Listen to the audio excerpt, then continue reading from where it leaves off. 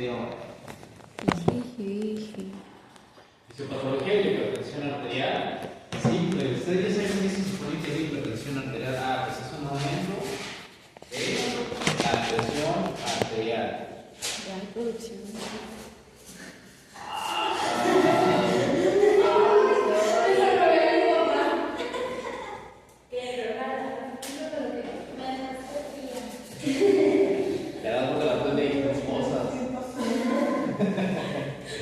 Ok, hay una diferencia entre tensión arterial y presión arterial, ¿sí? ¿Qué es algo tenso?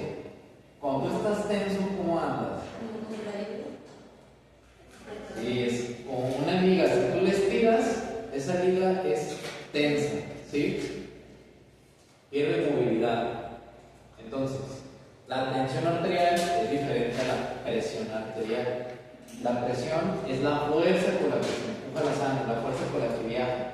La tensión es qué tan contraído o qué tan estirado están los vasos, ¿sí?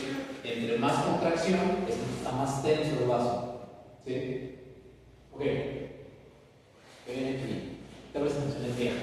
Presión arterial, fuerza que ejerce la sangre sobre las paredes arteriales y es una fuerza generada por el ventrículo izquierdo en el caso de la aorta y sus ramas. Órale. No. El ventrículo derecho en la pulmonar con el fin de circular la sangre.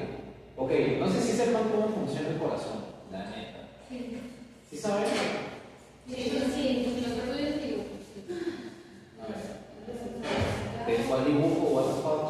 De los ventrículos y otras. Todo lo de las válvulas, arterias. El profe Brandon. Sí. Bien. A ver, aquí no se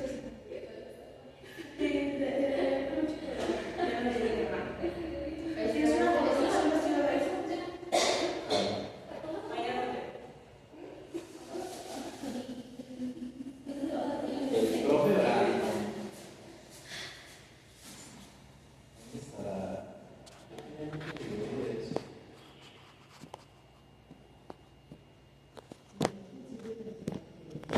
No, es que como que sí.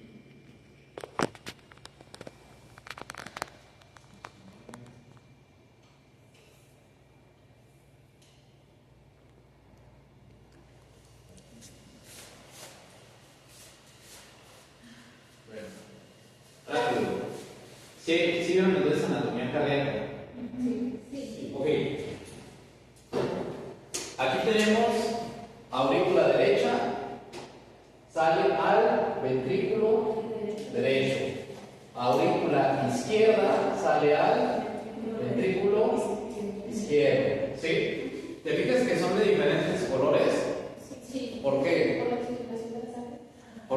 Eso quiere decir que ese lado derecho es donde ocurre el retorno venoso. Vena cava superior, entra a la aurícula derecha, de la aurícula derecha atraviesa la válvula, esta sería la tricúspide y esta es la mitral. Cuando se llena la aurícula, ejerce presión y atraviesa la válvula y entra al ventrículo. Ahora, esta sangre viene del cuerpo, entonces ¿a dónde va a ir? A los pulmones. Entonces va a haber una contracción ventricular y va a salir hacia la arteria pulmonar, ¿sí? Llega a los pulmones, se llena de oxígeno y regresa esa sangre a través de las venas pulmonares, que son 4, 2 de este lado y 2 de este lado. Entran hacia el aurícula izquierda. De la aurícula izquierda, por la misma presión de la sangre, abre la válvula mitral y entra al ventrículo izquierdo. Ahora, en la contracción del ventrículo izquierdo, viaja la sangre hacia la aorta torácica, ¿sí? Ahora, esta curva se llama aorta torácica o callado aórtico, y esta chingadera tiene algo que se llaman vasoreceptores y quimioreceptores. Ahora, los vasoreceptores son como el escáner de los carros cuando te dicen, traes la puerta abierta, traes la cajuela abierta, traes, no sé, le falta aire en las llantas, algo así, ¿sí?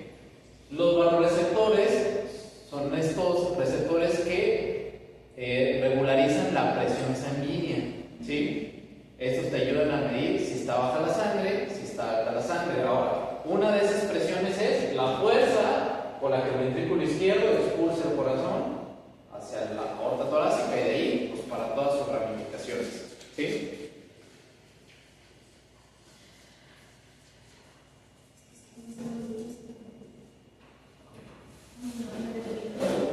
Ahora.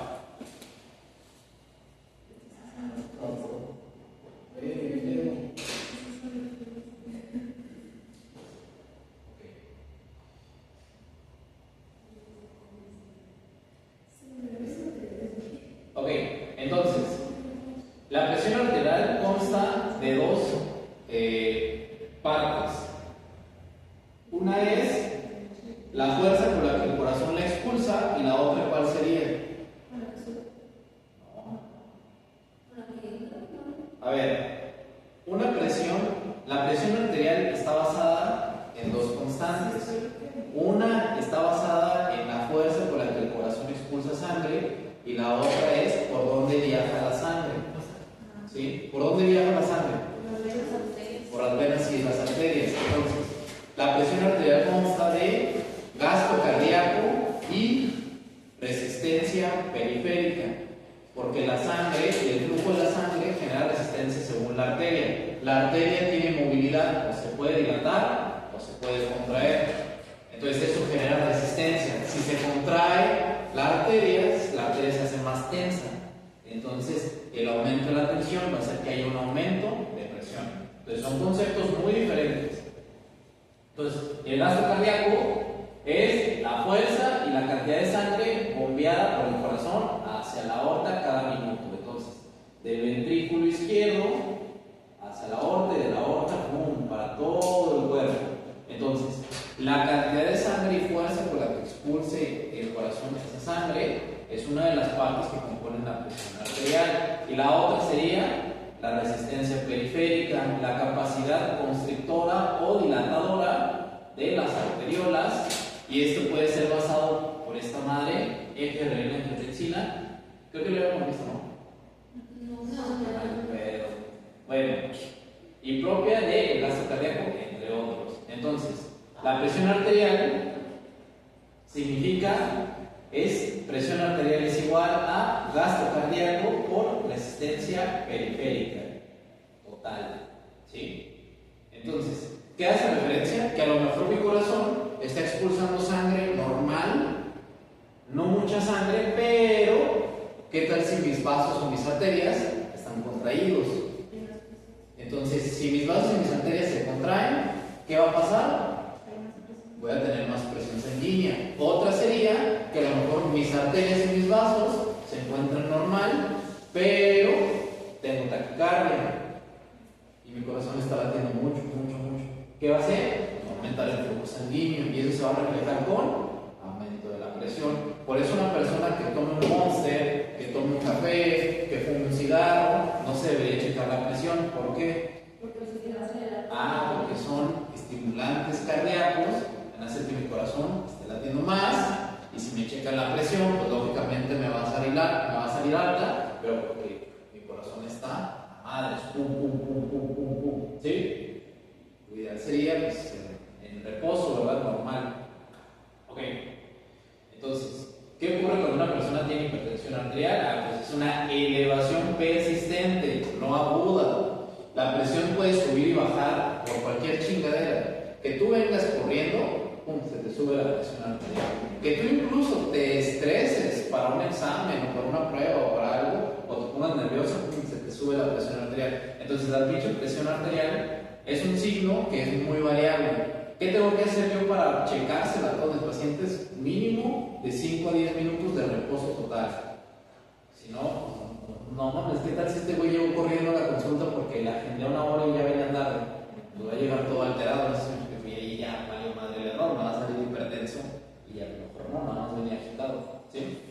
Ok. Entonces, la hipertensión arterial también es un síndrome complejo, genético y adquirido, con implicaciones metabólicas y electrolíticas, principalmente a nivel de la membrana celular. Y pues, esto se conoce como una enfermedad idiopática. ¿Qué significa eso de idiopático? Que no se conoce el origen.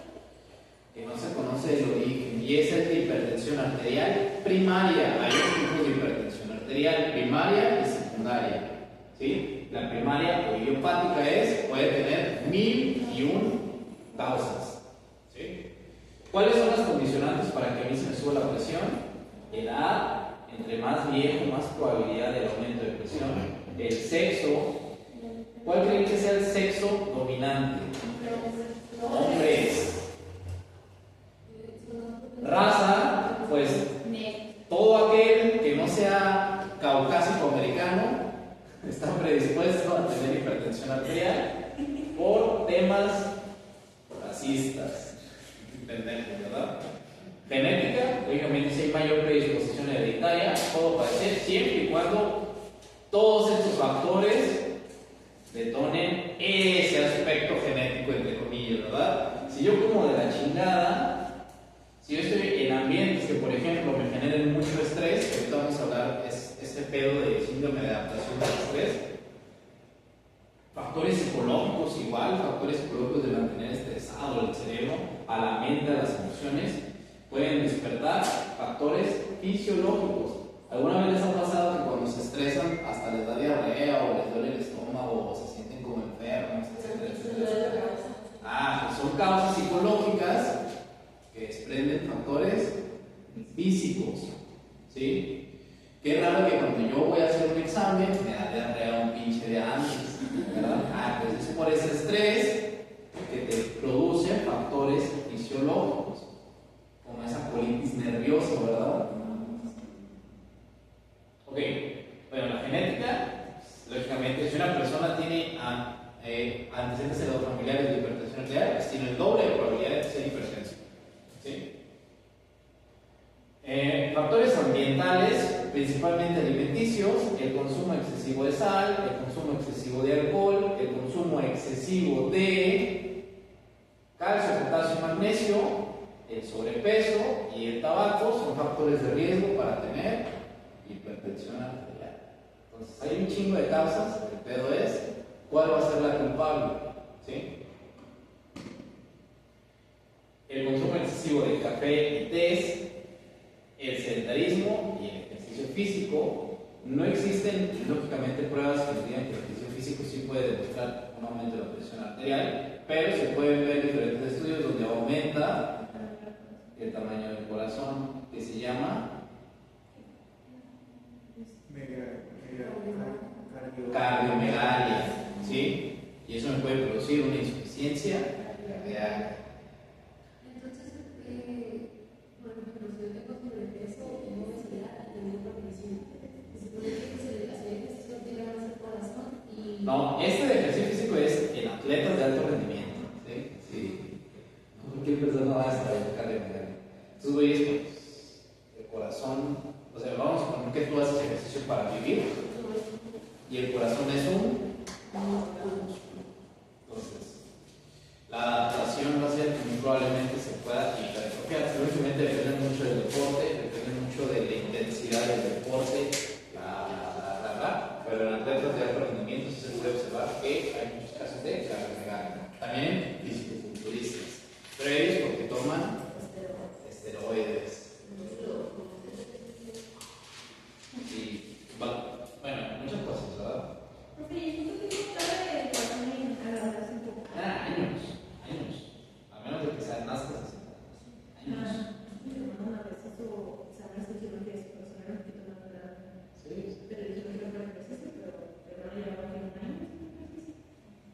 Pues años, o sea, menos, no sé, depende del ejercicio, de cuánto sea su ritmo cardíaco, cuánto requiere cuando hace ejercicio. Luego tenemos factores psicosociales y aquí hay que hacer un hincapié específicamente en esta palabrita. ¿Se fijan que en todas las pinches enfermedades yo les meto siempre esta palabra? Estrés. Pero hay diferentes grados de estrés. ¿Sí? Tenemos estrés cerebral, estrés fisiológico, estrés psicológico. ¿Sí te fijas? No son iguales, pero pues, todo el pinche estrés es malo. ¿Sí? Ok, entonces, para llevar esto del estrés fisiológico, por ejemplo, ante sensaciones de frustración, de frustración, enojo constante y hostilidad, yo. ¿Qué va a pasar? Pues yo voy a tener una sobrecarga del músculo cardíaco. Estas emociones van a hacer que mi corazón trabaje más. Entonces, ¿qué va a pasar con mis vasos? Se van a contraer en las vías periféricas, lo cual va a aumentar mi frecuencia cardíaca, porque mis arterias están más pequeñas. Entonces, si mis arterias se hacen más pequeñas, ¿qué va a pasar? La sangre va a viajar más rápido. Entonces, el retorno venoso va a ser más rápido. ¿Qué quiere decir? Me va a llegar más sangre al corazón más rápido. Y, lógicamente, si a mi corazón le llega mucha sangre, pues tiene que expulsar más sangre. Entonces, va a aumentar mi frecuencia cardíaca, va a ser un desgaste del músculo cardíaco y me puede producir un infarto. Quitando el lado fatalista, el aumento de latidos cardíacos va a ser un aumento de la presión arterial y se va a trabajar como hipertensión arterial. Entonces, personas que tengan siempre anden de malas, etcétera, etcétera, etcétera, estresados sobre todo, muy probablemente tengan hipertensión arterial. ¿Sí? Igual, ante sensaciones de ira, hostilidad o agresión, aumenta la actividad fisiológica. ¿Qué parte de mi cerebro se va a activar si aumenta la actividad fisiológica?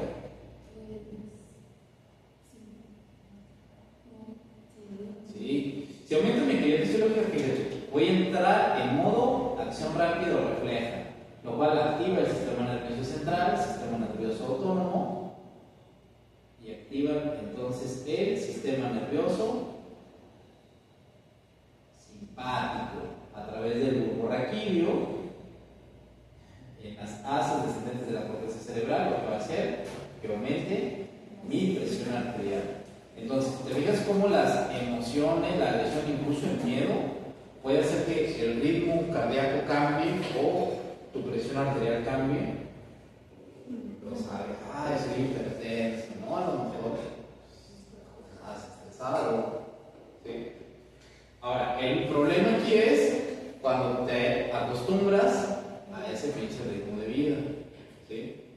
Eso va variando según la actividad que hagas. Por ejemplo, ustedes ahorita que son estudiantes semestrosos, pues no tendrían por qué tener tantos pedos de estrés. A lo mejor la escuela les produce estrés, el trabajo, pero pues, todavía están como para calmarse y no caer en esta situación. Pues imagínate, hipertensión arterial temprana o prematura por estrés, pues se me hace.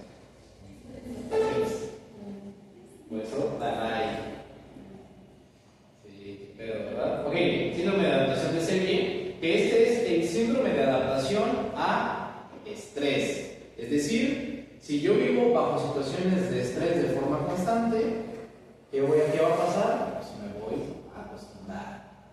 No quiere decir que porque me acostumbre sea menos dañino. ¿Sí? Fíjate, vamos a poner una estimulación ambiental. ¿Qué puede ser? A lo mejor en la chamba, a lo mejor aquí en la escuela, a lo mejor con mi pareja, a lo mejor con mis amigos, X o Y. Todo eso es estimulante. Ay, que me cortó mi novia. Madre. Y me genera a mí estrés. O que tengo examen con el profe Brandon, con Brisamar. Este examen es por eso separados. Poderosísimo examen de bioética con Brisamar. Ay, güey, y me va a generar estrés. ¿Por qué? Porque es una estimulación ambiental. Es decir, yo no provoco ese estrés. O sea, yo no tendría que estresarme, pero eso me causa esa estimulación. ¿Sí? O de que a ellos me dijeron la de psicología que saliendo la van a agarrar a chingazos. Pues ella se va a estresar. Ay, ya la cara. Porque ellos, pero no es que me explico. Situaciones sociales que te pueden producir estrés. De que a lo mejor presenté un examen y se me hace que lo hice mal. Y sobreestimulas tu cerebro pensando que vas a salir mal, te va a generar estrés. Entonces, este estrés, ¿qué va a pasar o qué va a producir? Menor tono vagal, menor sensibilidad baroreceptora. ¿Y qué les dije que hacían estas chingaderas? Es como el escáner que está ahí saliendo del corazón que dice la presión está baja, la presión está alta, sale mucha sangre, sale poca sangre. Entonces, si hay menos sensibilidad baroreceptora, pues no vas a tener quien regule, quien le diga a tu nervio nervio vago, está alta la presión, está baja la presión. Haz más grandes las arterias, haz más chicas, que eso es como se le da la presión. ¿Sí? Ok, entonces, ante situaciones de estrés, ya sea por una estimulación ambiental, va a haber una activación del sistema nervioso simpático y se van a producir catecolaminas. ¿Dónde se producen las catecolaminas?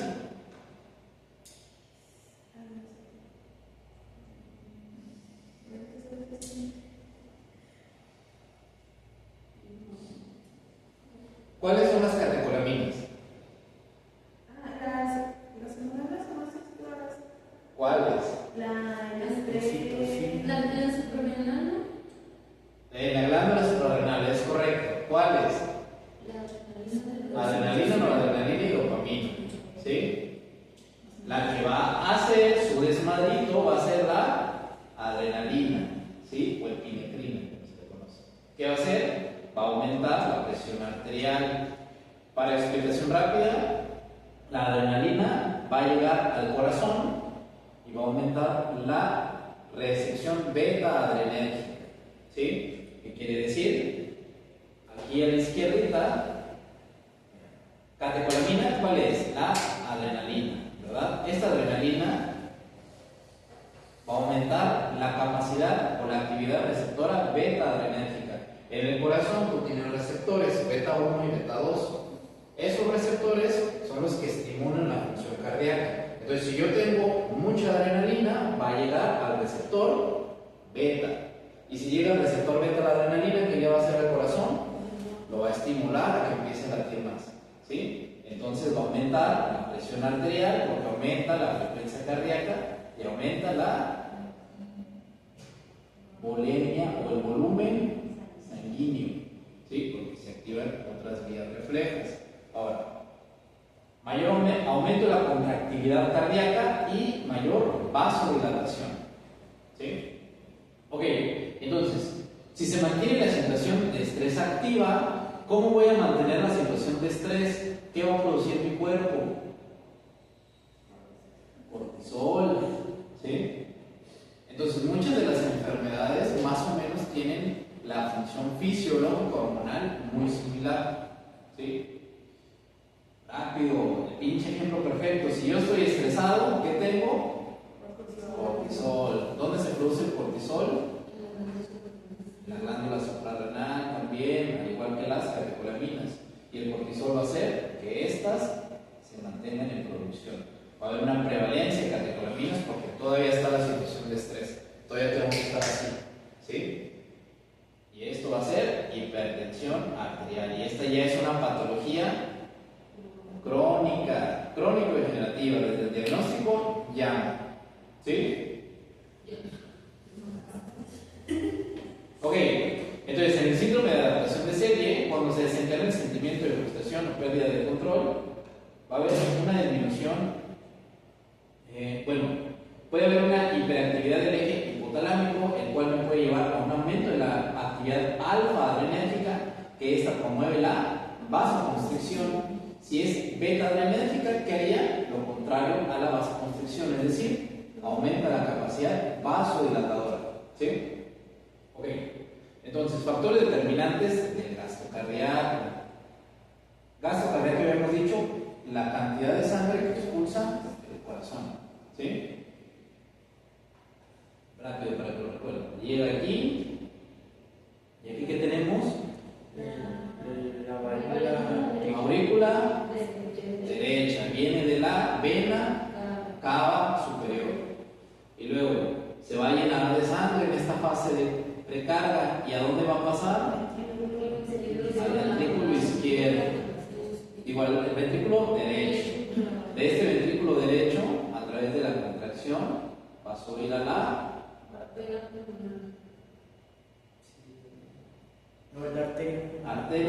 pulmonar. ¿Sí? Y luego de los pulmones, te fijas que aquí siguen las 4. 1, 2, 3, 4. ¿A dónde va a llegar la sangre? A la aurícula izquierda. Se llena la aurícula izquierda y la sangre avanza a ventrículo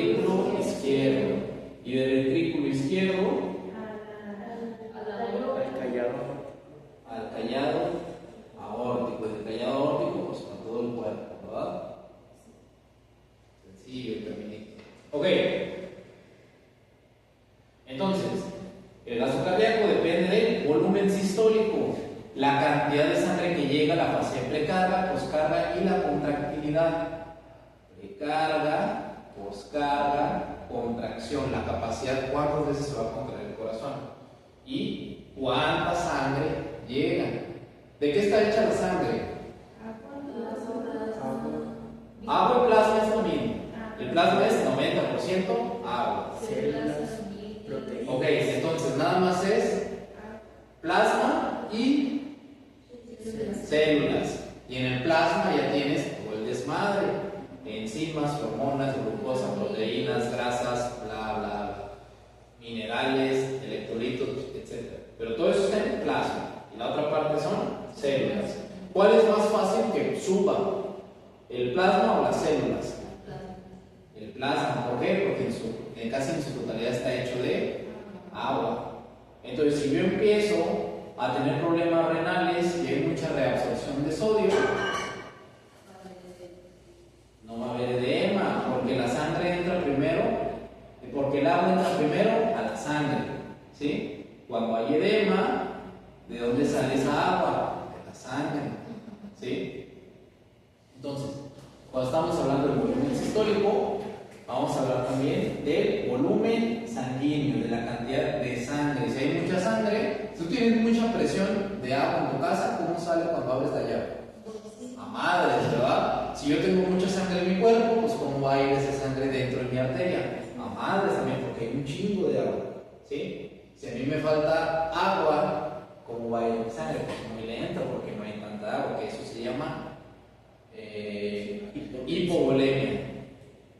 Hemia en sangre, hipo bajo, vol de volumen bajo de sangre. Cuando tengo mucha sangre se llamaría entonces hipervolemia. Ok, ahora en la frecuencia cardíaca tenemos el nodo sinusal aórtico. Bueno, este va a activar el sistema nervioso autónomo y forma parte de la estimulación del sistema nervioso simpático, el cual sube la presión. Si se activa el parasimpático, disminuye la presión. ¿Qué va a ocurrir en una persona que se mantiene bajo situaciones de estrés? Este caminito de arriba, ¿sí? Ok. Entonces, la resistencia periférica está basada en la capacidad constrictora o dilatadora de los vasos y las arterias. Si las arterias se contraen, la sangre viaja más rápido. Si las arterias se dilatan, la sangre viaja más lento, porque tiene más espacio para transportarse. Entonces, ¿cuáles son los principales vasoconstrictores? Tenemos las catecolaminas, que aquí entra adrenalina, noradrenalina y dopamina. Y luego tenemos la angiotensina 2. Esta madre forma parte del sistema renina, angiotensina, aldosterona. ¿Sí? Y luego tenemos las endotelinas. Se le acabó el plan. No, sí sigue, nomás que le bajé el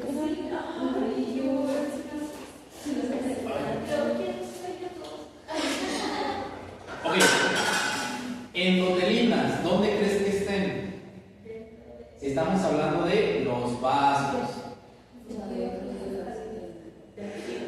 A ver, ¿se acuerdan cuando les expliqué lo de aterosclerosis? La grasita se hace debajo de una capita. ¿Cómo se llama esa capita?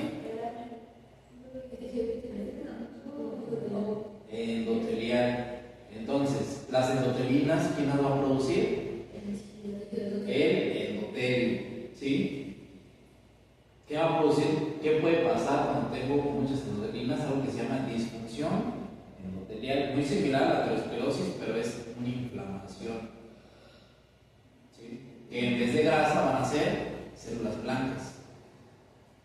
¿Pero qué va a ser? Una estenosis arterial. ¿Qué era estenosis? Estrechamiento. Se va a hacer más estrecho el vaso, y si se hace más estrecho, ¿qué pasa con la sangre? Pasa más a madres. ¿Sí? Ok. Vasodilatadores, tenemos la calicreína y las cilinas, las prostaglandinas, el óxido nítrico y este se llama factor natriurético atrial, si no mal recuerdo.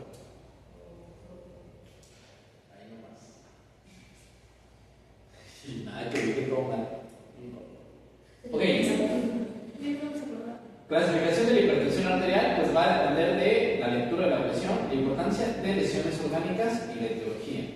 Es decir, no porque una persona tenga la presión alta en el momento que tú lo mides quiere decir que sea ya hipertenso. Hay que ver cuál es la causa, si tiene fallas a nivel orgánico, y eso va a determinar la importancia que tenga esta medición. ¿Sí? Entonces, niveles de lectura tenemos sistólica y diastólica. ¿Se acuerdan que en las actividades yo les dije no existe sí existe la hipertensión arterial, pero tú debes de saber si es diastólica, si es sistólica o si es sistémica? ¿Sí? Sistémica quiere decir las dos están altas. Diastólica es la diástole está alta, sistólica sería como la sístole está alta. Entonces, no para todos son hipertensos, no, pues depende de la hipertensión arterial, porque cada una da un diferente significado. ¿Sí? Ok, entonces tenemos hipertensión arterial ligera, moderada y severa. ¿Qué sería el marcador específico? En la diastólica, ¿cuál es el valor normal de referencia en la diástole? 80. Esto es lo normal, 80. Una persona que tenga 80 o menos. ¿Sí? Si ya tiene de 90 a 99, este ya es hipertensión arterial en primer grado, segundo grado, y el 3 es lo que conocemos como crisis hipertensiva. ¿Sí? Que es cuando ya andan ahí todos moribundos en hospitalización. ¿Sí? Bueno, depende de tu grado. Pero, ok. A partir de 90 a 99, primer grado, a partir de 100 a 109, segundo grado, y ya personas que tengan diastólica por encima de 110, es un chingo, ya es crisis hipertensiva. ¿Sí? La sistólica, ¿cuánto es lo normal? 120. ¿Sí? Entonces, te fijas que en la diastólica aumenta de 10 en 10 y en la sistólica va a aumentar de 20 en 20. Ok, entonces, primer grado de 140 a 159, segundo grado de 160 a 179, crisis hipertensiva, más de 180. Ok, ahora, ¿cómo funciona la hipertensión arterial o por qué sube la presión arterial? Bueno, ¿cuáles son las importancias en las lesiones orgánicas? En el estadio 1 no se suelen apreciar signos objetivos de alteración orgánica, es decir, no se han chingado ningún otro órgano, nomás está la presión alta. Hasta el momento, si sube más, ya puede empezar a haber fallas en otros órganos. Ejemplo, una hipertrofia ventricular izquierda. Entonces, el ventrículo izquierdo se va a hipertrofiar para seguir expulsando sangre a la aorta. ¿Sí? Retinopatía grado 2. ¿Se acuerdan que cuando ustedes, bueno, creo que yo uso ¿no? Que explican que en la diabetes te puedes quedar ciego? Sí. Pero eso es retinopatía diabética, pero existe otra retinopatía que se llama retinopatía hipertensiva, que esa es diferente. Es como cuando lo único que hace es que la sangre viaja tan rápido dentro del ojo que también va a aumentar la presión intraocular y va a producir una implosión de los vasos. Y si tienen una implosión, ¿qué va a ocurrir con ese vaso? Va a generar hemorragias o va a aumentar la producción de algo que se llaman exudados. Y bueno, eso ya se ve cuando estás viendo el fondo de ojo. Hay exudados duros y hay exudados esponjosos. Quiere decir, unos que todavía apenas se están formando y otros de que ya está coagulada esa chingadera. O en personas, creo que ya lo he visto con ustedes, o se los he explicado, que ven un punto negro en medio, así, que ven negro. ¿Nunca lo ven? Sí. Sí se los puse, ¿no? No. Entonces esa presentación ya la vimos. ¿Por qué no me dijo? No lo había visto. O sea, la retinopatía fue por la diabetes. No, pero eso lo del punto negro sí lo vieron, ¿no? Ok, chinga. Es su culpa, muchachos. Ok.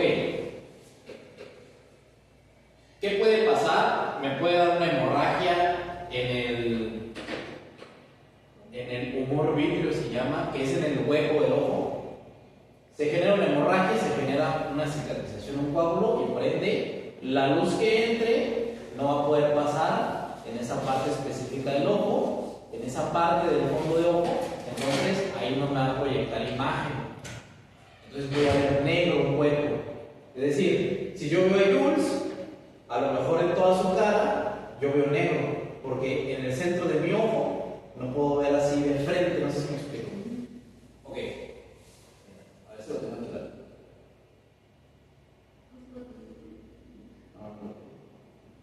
Ah, sí, bien. Tenemos manifestaciones clínicas de la hipertensión arterial. Esto sí se los había puesto. Cefalea, ¿qué es? Dolor de cabeza. ¿Tinnitus qué es? El sonido de los oídos. ¿Cómo sería? Pues, ¿qué sonido sería? ¿O voces o qué chingados? Un zumbido, ¿verdad? Cuando es, ay, alguien está hablando mal de mí. Eso a lo mejor traes baja la presión. Son estos, ¿verdad? Los escotomas es esta imagen negra que tú ves, que es por un coágulo, ¿verdad? Que impide el paso de la luz. Pues que nosotros vemos porque entra luz. Si no hay luz, pues no hay madres. Entonces, me impide ese reflejo de luz y por ende veo una mancha negra. Este es superable. Precordal, ¿ya saben qué es?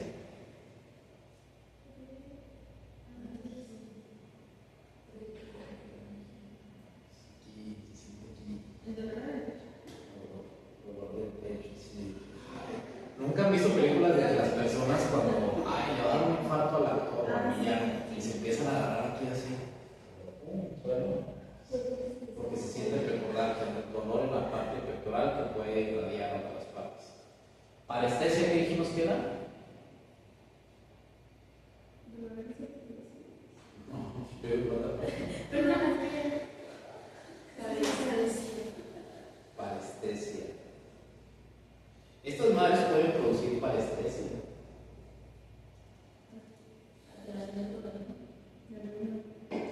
Es sensación en las extremidades. Sensación de hormigueo. ¿Sí? Por el aumento de la presión a nivel periférico. ¿Y la nicturia? ¿Y la nicturia sería? Nick-urie. Nick de nocturno. Y urie sería levantarte bien de noche. Ok, esas son las manifestaciones clínicas de una persona con hipertensión arterial. Muchas veces dicen que la presión arterial no tiene signos ni síntomas, y aquí están, pero estos ya son cuando es una hipertensión muy avanzada. ¿Sí? Generalmente una persona en primer grado no va a sentir absolutamente nada. Pero a partir del segundo grado, ¿qué es? A partir de 100 de diastólica y de 140 de sistólica, cabrón. ¿Sí? Este güey empieza a tener fallas a nivel orgánico, en otros órganos empieza a tener problemas.